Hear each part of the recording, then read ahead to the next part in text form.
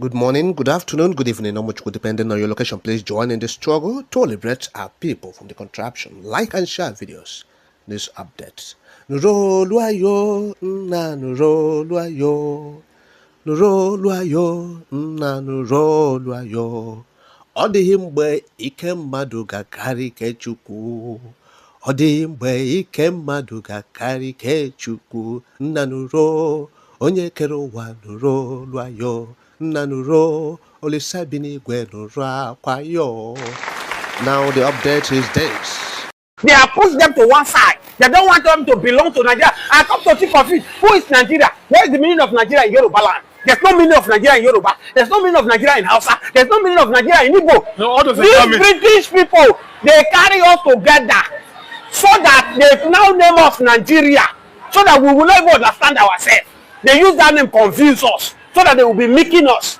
That's why these British, they will not want Biafra to go. Because the day Biafra go, or Yoruba nation go, the end of British has come. Don't forget what happened when the children during that time when they agree, they said they want to build a house to go and meet God, so that they don't need to be praying to God. You know, we human beings, we like what we see. That's why today some people serve they serve soul. Some people serve different things. They believe they can touch. They wanted to build a house to go and meet God. They can communicate. They can go and meet God. God, why are you not giving me this? And God saw that these people, they will actualize this plan. They allowed them because they were speaking in one language. And what did God do? God used it separate their language. They could not understand themselves.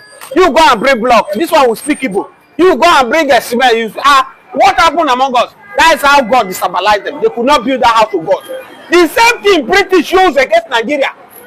British bring us together, that different culture, Yoruba different culture, different language, Igbo different culture, different language, Hausa different culture, different mindset, and bring us together because we will not understand ourselves. And that's why these British people, they are making us on a daily basis.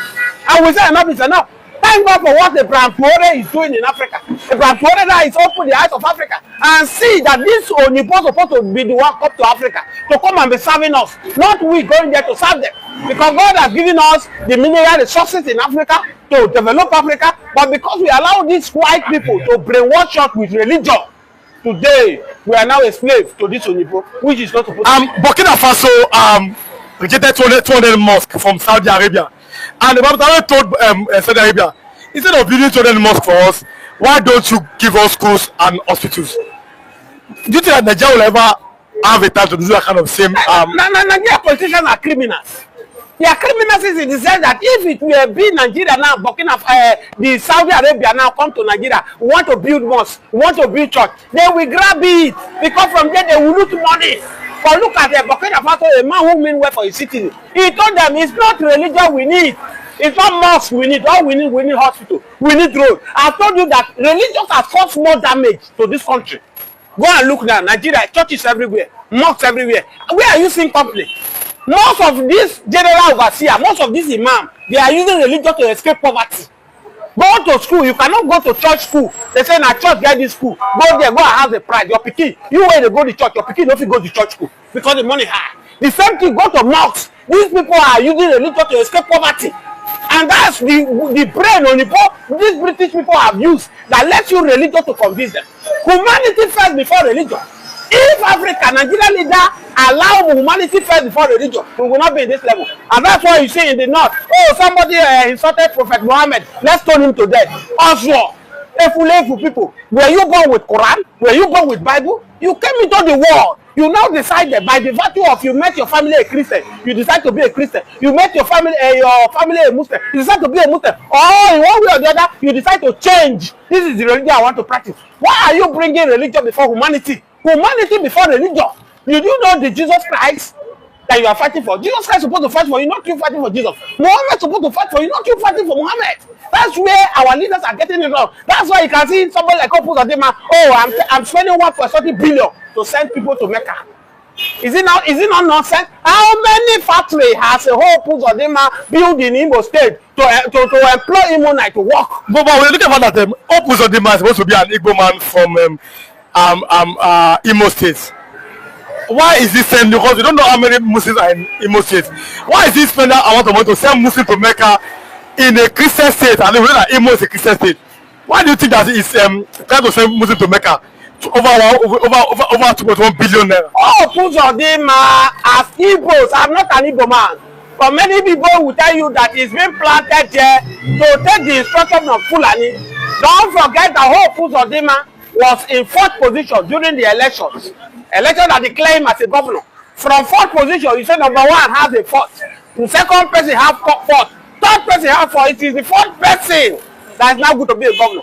Can't you see where Uzodinma have gotten it wrong? I have said it without number, I'm not an Igbo, but go and make your research. During the Biafra war, many Fulani went to go and fight Biafra, and they pregnated many Igbo women. Many Igbo women are pregnated in Igbo culture. If you don't marry their daughter, you pregnant their daughter, they assume that that child is not yours. That child will now bear the name of the parents. If you hear say they call person Christian, Ikechuku, there is nothing mean they are Igbo. Most of them are not Igbo. Most of them are Fulani in disguise. Na Fulani give birth to them. They be bearing Chief Ikechuku, Chief Okachifo. They be Fulani. They are not Igbos. And that's what you see that is happening in the southeast right now. Most of the governor, instead of going to fight for Igbos, they are fighting for Fulanis. Look at Southwest here. To a large extent, Southwest governor, they came out, they formed a security outfit called Amoteku. Amoteku is confronting the herdsmen. Tell me in the southeast, which is the security outfit that is uniform in the southeast, that is confronting the herdsmen? They are just doing their thing. They are allowing the Fulani to have access to their land. You told us that Samuel Ekpan is the problem of the southeast. We assume that if Samuel Ekpan is being held, there will be peace in the southeast. But since Samuel Ekpan has been repeated not to communicate with Biafra, now Nnamdi Kanu in the custody of DSS over 5 years. As I speak to you now, more killing in the southeast, more kidnapping. So who is responsible for this? That is the question you have of Uzodinma. That is the question you have of Charles Soludo. The rest leaders who are telling you, oh, Samuel Ekpan is the one causing nuisance, Nnamdi Kanu is causing destruction. This set of people should be questioned whether they are real Igbo. As I have said it, whether you are Chief Ikechuku, whether you are Chief Uche, whether you are Chief Okafo, does not mean you are an Igbo man. Go ask Kutuga, go and make research whether during Biafra war, a Fulani man pregnated your mother and gave birth to you. And the family decided to, oh, since they did not pay money to your head, you will bear the family name. And that's what you have that is happening in Igbo land. The only Southeast leader now that you can see that the Southeast voted for, Lesotho, you can see is doing it differently than what others are doing. And today, let me say, appreciate the Senate, the Southeast Senators who have came openly and told Nigeria, told the Biafrans all over the world that this thing the jam did to Igbos is intentional. There is no way you explain it. How do you tell me that a particular region was affected by jam and you knew it? You went ahead to release the result. So you did it to them during the election. You also did it to them in jam. So that's why we are talking about the marginalization of people in Nigeria. And we are saying that allow these people to go. Let me tell you, one of the benefits of allowing Biafra to come, if Biafra come today, it will be a benefit to Africa. How will it be a benefit to Africa? Now let me tell you, the greatest mistake Gowon did is to fight Biafra. I am from the Middle Belt. And we are telling Gowon to do the needful before he meets his ancestor, just like Babangida did. What is the needful? By Babangida told the world, told Nigeria that it was not the Igbo that planned the coup. Today, he has healed a lot of things. If Babangida go now home now, at least he will have rest of mind. Yakubu will not get the rest of mind if he did not do the needful. By apologizing to the Igbo for fighting Biafra. Yakubu should apologize to the people. Yes, for killing millions of people. Let me tell you, Gowon was used by British. British used Gowon to stop Biafra war because they knew that if Biafra would have their desire, then British would have been out of Nigeria. And that's why they supported Gowon to fight Biafra, to kill millions of Biafra. As I speak to you, why I tell you that Biafra freedom, Biafra sovereignty will be a help to Africa. Biafra supposed to be the Japan of Africa. Biafra supposed to be the China of Africa because God has given them the brain. That's why you can see they might not go to school, but what they are manufacturing is beyond human thinking. These are what God gave to them. Go to other developed countries now, you will see what they are doing. Igbos are there.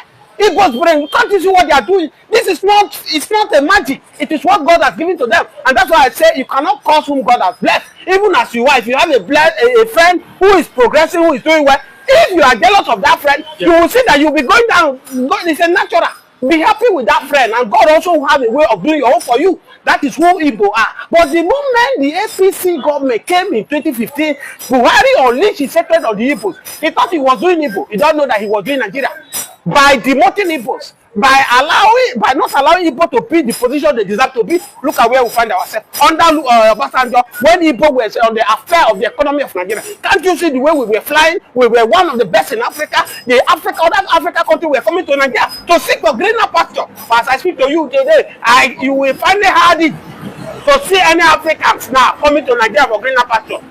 A few years ago, we were shouting, Ghana must go, Ghana must go. But today, in Ghana, they are shouting Nigeria must go. That is to tell you the difference. When Buhari came in, he brought the Fulani men who does not know their left from their right, and they messed the economy up. Look at where we find ourselves in Africa today. The same thing Tinubu is doing, which he has promised Nigeria. I will start from where Tinubu stopped. Look at Minister of Power. You came under you the first time in history. You said there is what is called Baji. There is Baji. Imagine somebody in one room. He's paying 15,000 naira monthly, and yet it's not saying the lie. Now let's talk about criminality. Yakubu Gowon. A man from Plateau State was here, and that was last week. He said Yakubu Gowon will definitely be regretting why he fought the civil war against Igbos. Do you think that the way these S-men are doing in Plateau, that Yakubu Gowon will be regretting? Yakubu Gowon is regretting why he fought the Biafra war. But he doesn't have a choice because British use him to achieve their purpose. And that's what these British do. That's why Nnamdi Kanu say, go and serve the zoo and come back with shame. I've said if it is now, Nnamdi Kanu will not describe Nigeria as a zoo. Because as it is now, zoo is far better organized than Nigeria. In zoo, when lion show up, whether you are Igbos saw ahead of time, they stood. But the Nigerians, rise up like the people in Benue Plateau, and the rest stood against the Igbos to join the Fulanis to fight the Igbos, including the Yorubas too.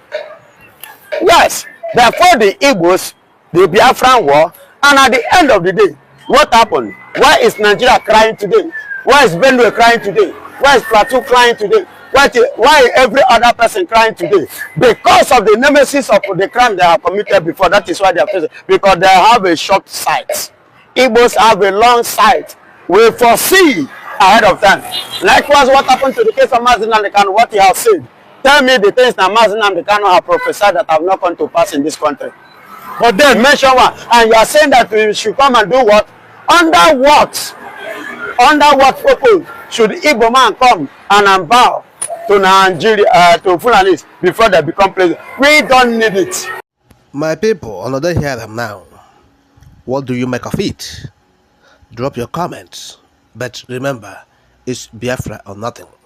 Bye for now.